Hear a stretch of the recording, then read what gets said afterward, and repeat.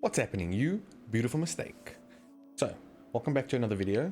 On today's video I'm just going to be speaking a little bit about myself, where I've come from, and I'm going to maybe try use this video as a catalyst to try and get me to edit and be able to do my own video editing, because I cannot do that whatsoever. So hopefully this is a one of many to come. If you can, do me a favor, please hit the subscribe button on YouTube. I would appreciate it if you can help me grow this amazing community, the Alpha Nation, and head over to Kick, where I also do live streams. Much appreciated. So getting started with the video, I am going to be speaking about my upbringing a little bit, maybe a little bit of what I used to do before getting into streaming and becoming Phenom as I am now. So welcome to that episode or that video, and I'm just gonna see where it takes me. I'm winging it at this point, just speaking about who I am, where I come from, and all those personal things basically. So much love to you, and go. I'm going to start off by getting into being a streamer, full-time streamer at that, for the last 3.5 years. So it's been since the 1st of February 2021. I will never forget the date. It is a date that is in my mind, absolutely burnt into my mind, and it is now the 20th of November 2024. So another date also is the 1st of October, the same year of 2021, I actually went full-time. So if you look at it from when I started streaming to when I went full-time, it's from that February 1st to October the same year, which so much happened in that time period. It's the 2021, where fresh under COVID and all those lovely situations we were thrust in, as everybody knows. It was not an easy time. I had been working for a company at the time, a insurance company at the time, that luckily we had remote working setups that we could implement, and that helped a lot. It meant myself and Mrs. Phenom secured our income in a time when a lot of that was unsure, and you know, there was unsurety around that for a lot of people, which sucks, man. That sucks so much. So I'm thankful, I'm honored, and we somehow made it happen. You know, I started streaming as a way out. Honestly, as a way to try and bring joy back into my life. Working for somebody else to make their dreams come true is not the way I want to live my life, and spend every day dreading to wake up and go and work at a job that you hate, that you absolutely need because you don't have any other way of keeping the roof over your head and food in your family's mouths as well as your own. So it's, I don't know, I think I failed to say I'm 32 years old. It's been a long journey for me personally. So I don't know, strap in. Hopefully I cover a couple of details on how I grew up and what I went through growing up, as many people actually did also experience, especially in the little small farm dorpy that I come from. So yeah, I hope this is a cool video, something inspirational, something just informative maybe. I'll take that from it, which is good. As I slowly sip on a coffee. Good old coffee. There we go. So, carrying on,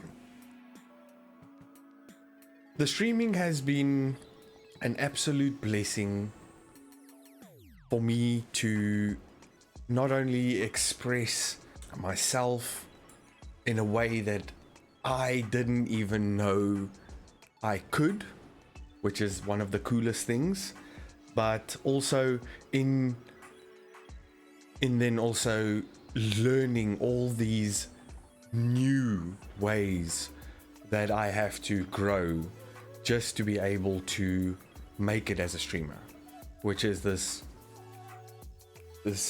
crazy, surreal, emotional roller coaster is what I could describe it as, where you sometimes have to actually go through something and learn the outcome of it, and then learn from that outcome before you realize, oh, you had to be looking out for that.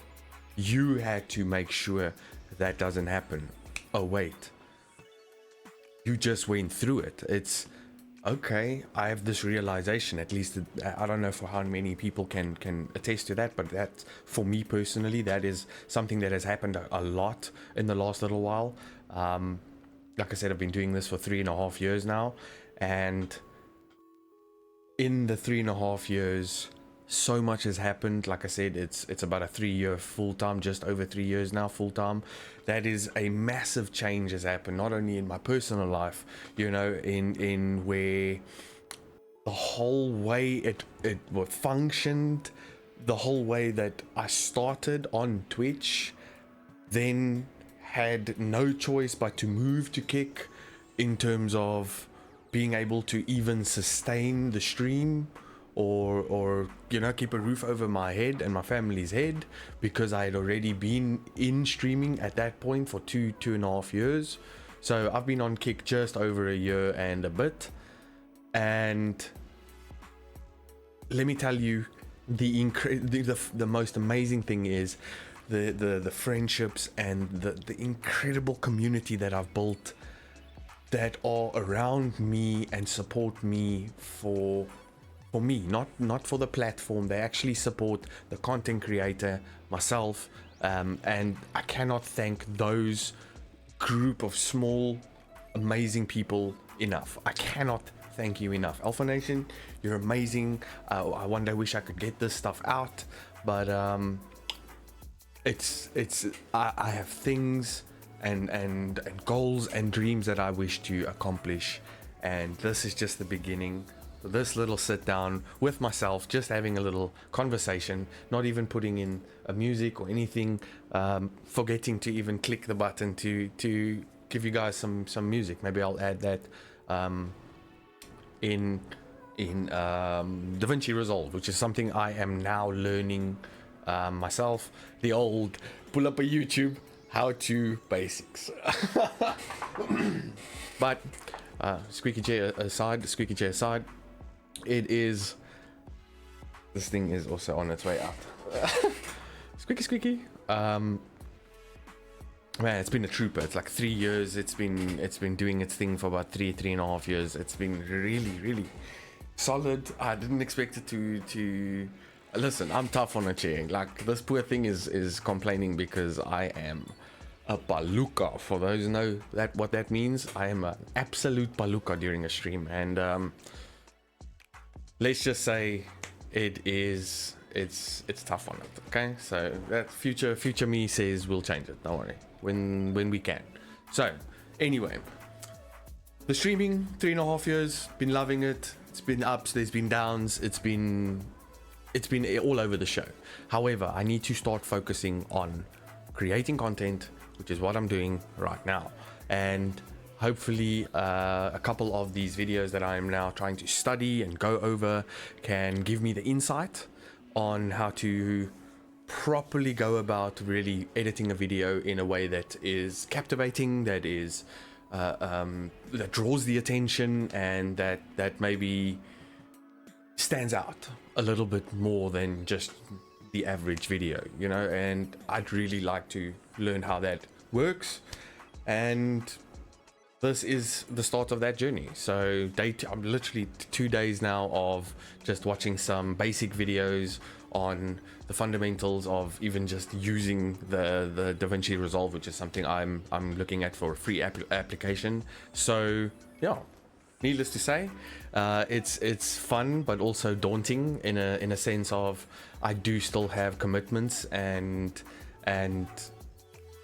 stuff that I need to focus on personally in order to maintain. Like I said, I'm a full-time streamer, so it is very difficult for me to maintain that income without being live and actually relying on the community. So it's something I want to be able to change. I want to be able to be self-sufficient. I want to be able to also do more with the live stream, not just where I have it right now, which I do feel is a really cool place where I can interact and be very personal with a very small community that I have, and which is so cool. It is really awesome to be able to actually be one-on-one and hold conversations, more so than most of these top streamers that I unfortunately see that just get a chance to read maybe one, maybe two messages. I mean, imagine that happens one day. I wish it doesn't happen to me, where I come back to this and be like, yeah, see, just because you were small, that's why you thought it can't, and this and that. You never know. You never know.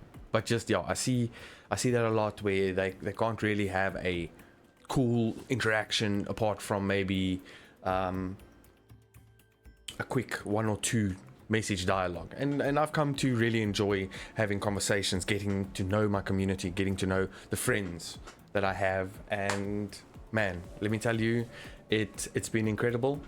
But it's also because of where I started, which I don't know if it's going to be here or maybe a little bit earlier. Now I'd probably just insert it here, and this is where it began. Okay, at the end of the day, don't know where I'm going to put it, but this is where it began. That's me playing games at a young age. I think I was like 12, 11, yeah, 11 or 12 at that time. That's 20 years ago. It's about 20 years ago. And that's just when we started getting like photos and stuff taken. We never really did that before that. The start of it all was just playing games, escaping from the outside world and enjoying yourself in a way that you didn't think was possible. Because what early games from PlayStation 1 and early computers was amazing. It was just it was the games that shaped me as a person, and I believe it is also fundamental to who I am as a person. So it's something that I enjoy. I love gaming. I'm a sport guy. Before I started gaming was a way of getting out of, okay, we can't go play outside because weather's crap, and we need to really entertain ourselves. So that's where we would get our gaming in, which it was incredible. Always looking for sports games is still some of my games that I play. So I started having to work at a young age. I started having to work at a very young age. I was 16 years old.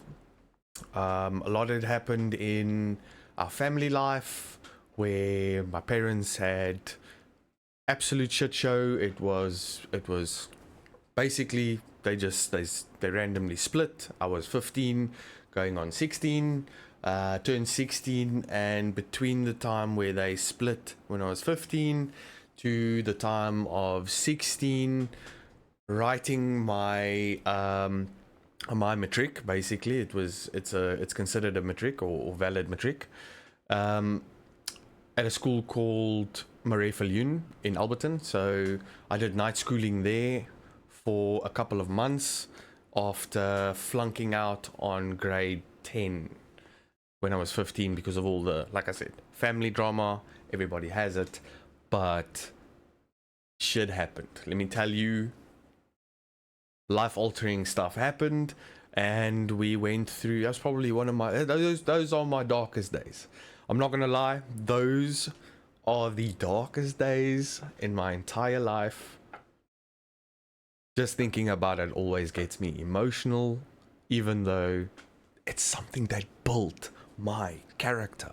It built me. It is something I went through, but look back on to say, lessons learned. This is something you never want to go through or put somebody through. And let me tell you, there's been a few times in life where the going gets tough. The going will always get tough. Okay, because life is not easy, life is not fair. And when it is, then you are privileged. Please understand and take in cognizance of the fact that you are privileged.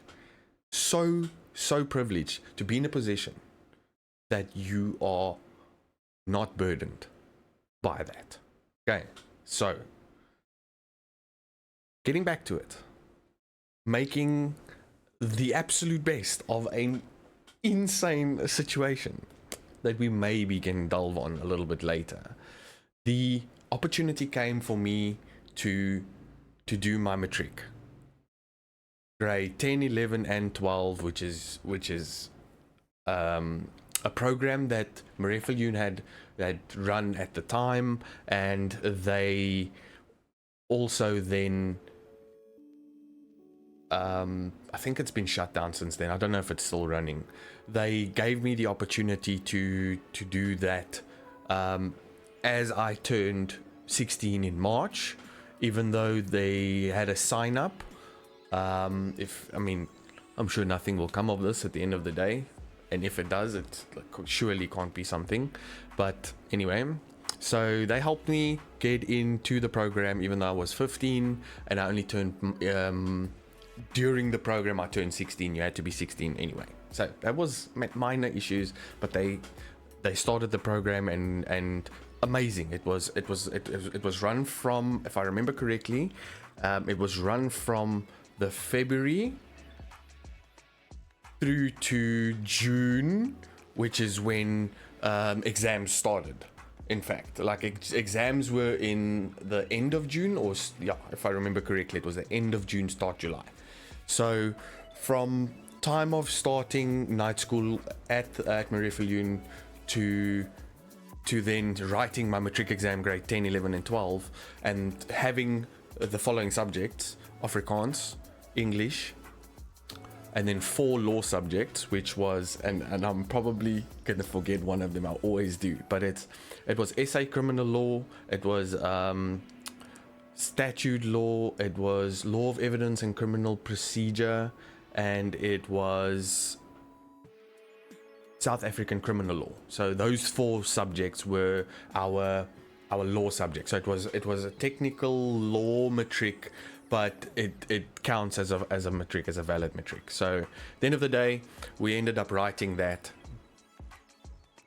Digressing down another quick little pipeline, on the day of writing statute law, my last exam, the biggest exam, a 4-hour exam, where it is crucial that I get points. I do not know how I got through, and I do not know how I made that fucking call, but Big G had me in the bag. Okay, he had me. I borrowed my brother's bike to ride without a license and to Michael-Vincent to go write my last exam. I take his 750 Honda, I'll never forget it, old school 750 Honda, and she's heavy. I'm 16, and even though I'm bulky, I'm cocky. It's also the front tire is there's no tread on it, and I legit, I kid you not, you can go ask him. There was no tread on that some bitch. And the one corner I take is an S bend, so it's the most, I'll never forget it. It just went like this.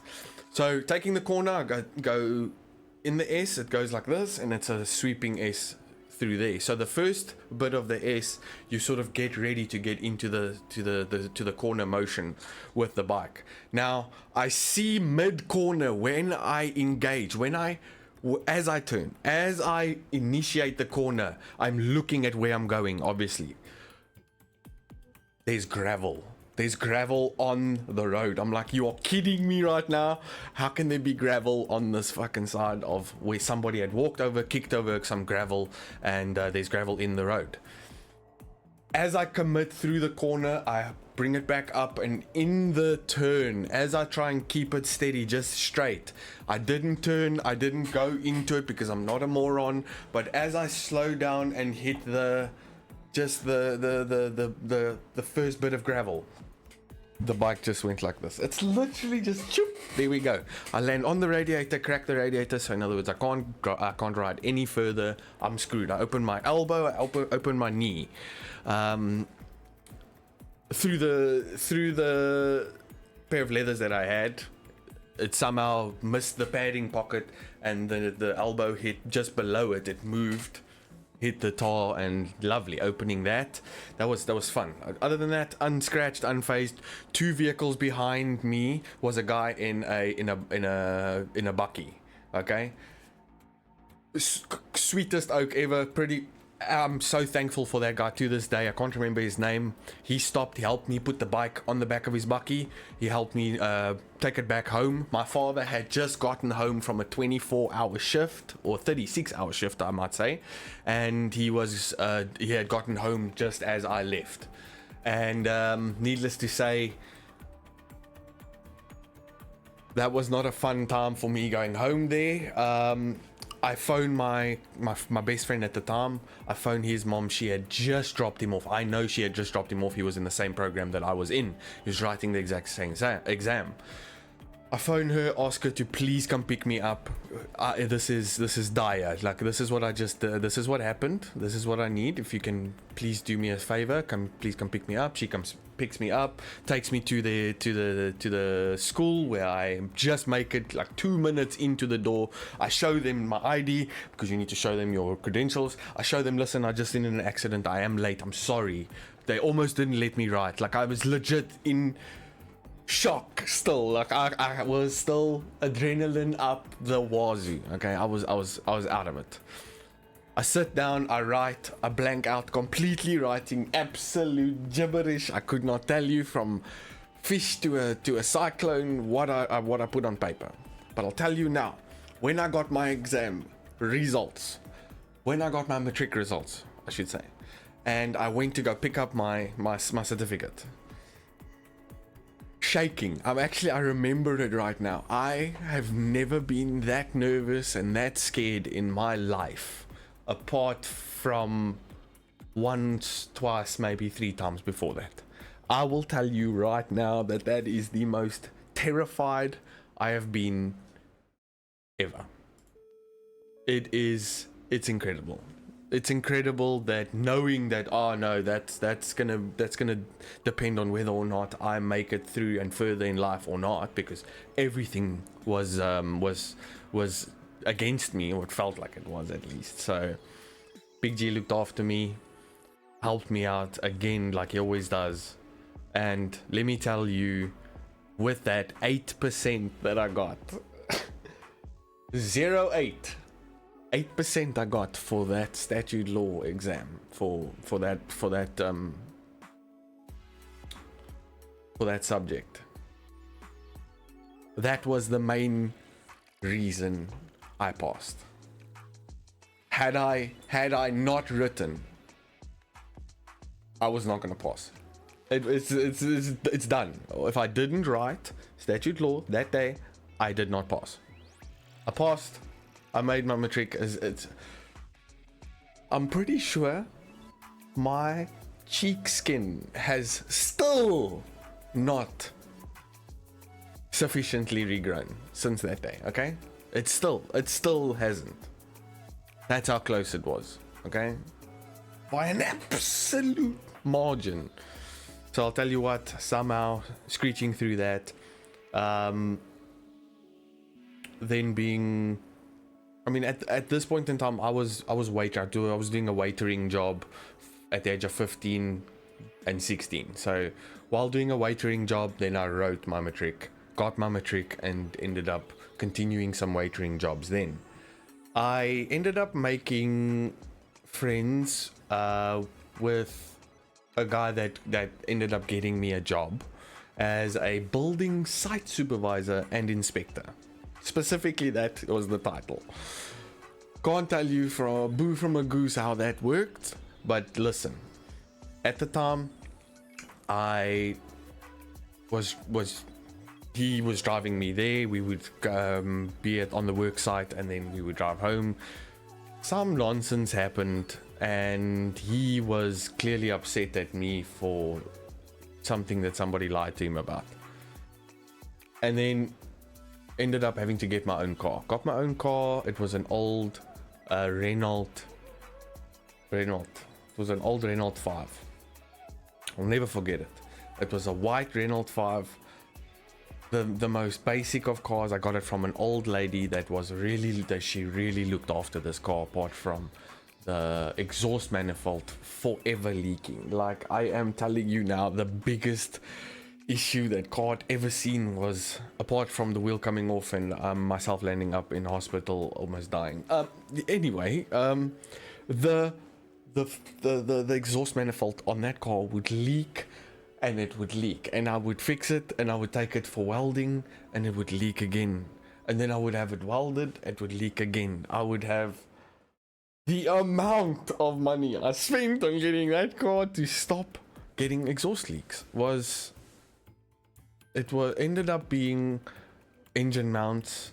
Get the engine mounts replaced. Oh man, it was just, for an old car like that, and it really did. It did well. I was driving everywhere with it. It was my baby. Didn't have a radio. Just a little tray that you can put some change in. That's it. There was no radio. It was a 4-speed. It was the best car in the entire world. And let me tell you, I had so much fun with that car. So this is about 17. I then ended up walking away from that job, and I ended up getting another job. I was there for like 10 or 11 months as this building site supervisor and inspector. I ended up at the time, things had happened with myself and my father personally, and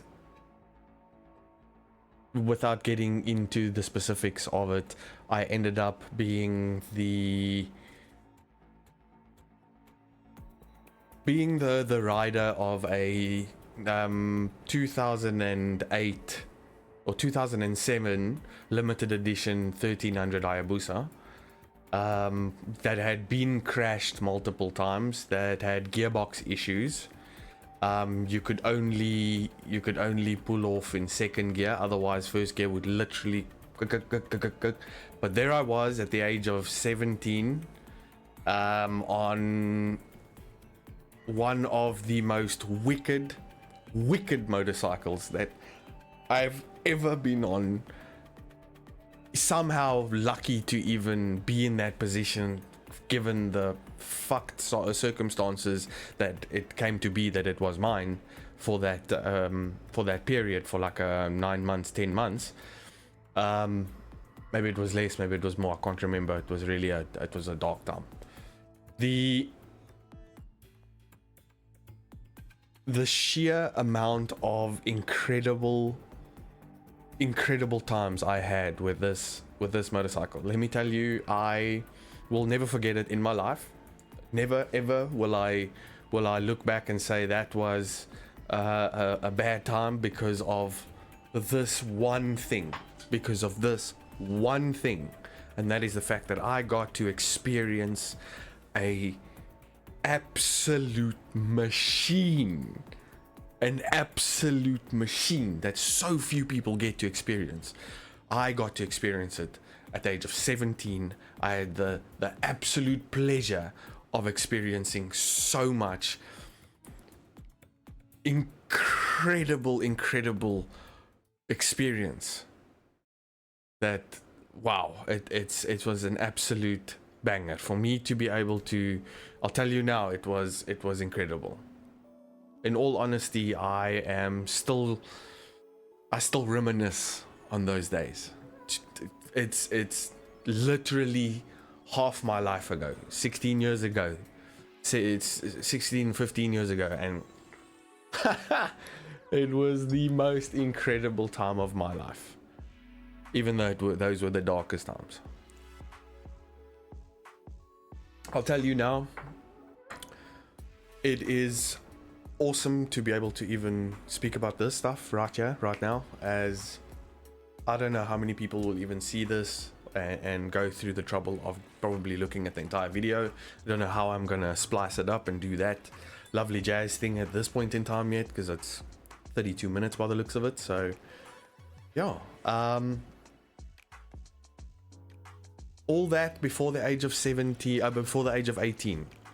All of that before the age of 18, and when I turned 18, I ended up getting quite a few things still happened in between this, but getting into an awesome job I had at the time. My close, still one of my best friend to this day, sorted me out with one of his old bosses that ran a business, a personal cash loan, and he basically needed managers for this personal cash loan in order to run the business alongside him. It was myself at 18, stepping into a role that I tell you now shaped so much of how I do things to this day, because of what I was taught, but also what I learned, not just on how to perceive things, but also to open my eyes and see what's going on. So yeah, it was from the age of 18 to the age of 26. I worked at this cash loan for 8 years, was a manager, ended up being nothing more but managing and semi-running this business alongside a very dear friend of mine, Sean, who came a couple years later. I can't exactly remember. I would have to actually speak to him to remember the exact same date, or the exact right date at when he actually started alongside me in this company. But it was a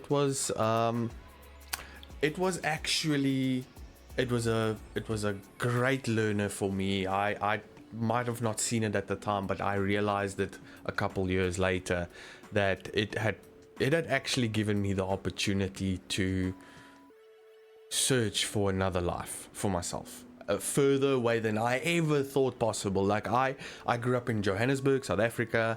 It is a small place. Where I come from is Kibble Park. I was born in Joburg General. I was raised in Kibble Park for 10 years of my life. My parents then moved to Alberton, Maybury Park to be specific. Maybury Park was where we grew up until 15, like when all this happened. We were having a massive LAN at our house that we stayed in Maybury Park, where we had our cousins and we had our friends over. It was the time of our lives, absolutely amazing. And my best friend now, Leroy, is the guy taking this photo, because he's always like been into photography. He's always like that stuff that he found really fascinating. And I didn't know until now, where I have to make my own content and I have to think like a director and stuff like that. It's incredible to actually just step back sometimes and think about what was achieved already in the 3.5 years. But I am so excited. I am so excited for what's to come. I am so extremely excited for what's to come with these videos, with me learning how to do video editing and doing it for myself, because I cannot afford editors, unfortunately. I'm not in a position where I can do that. Like I said, it's a very small community. If you can help me out, please, if you are still on this video, do me a favor. You like the video, please do a subscribe for me on YouTube. Trying to build this amazing community that I call the Alpha Nation, and it would greatly help me to let more people know what I do and where I do it. So head over to Kick as well, please, kick.com/Phenom-ZA. It would be appreciated immensely if you can come help me build the live stream, build the community there as well. So I've got all sorts of places. The Patreon members, a very exclusive club of Patreon members that help me. I cannot thank you enough. You're amazing. There's 4 of you at the moment, and even if there was just one, I would not say anything less. You are amazing, and I cannot thank you enough for going that extra mile. But yeah, it's been an absolute time and a half to even like just speak about this for myself. I don't know why it took me so long to even think about doing this. It's it's not easy, I'll tell you that. It's definitely stirs up the memories and but I wanted to get it out there. I want to bring you along for the ride. I want you to be a part of not only the community, the channel, but also me as a person, because we are all amazing in our own right. So, I love and appreciate you. Much love. So much love. And I'll see you on the next one. There's no mouth horn. Usually I do that for those who know the stream, but I'm not going to do it because it's embarrassing. Bye bye.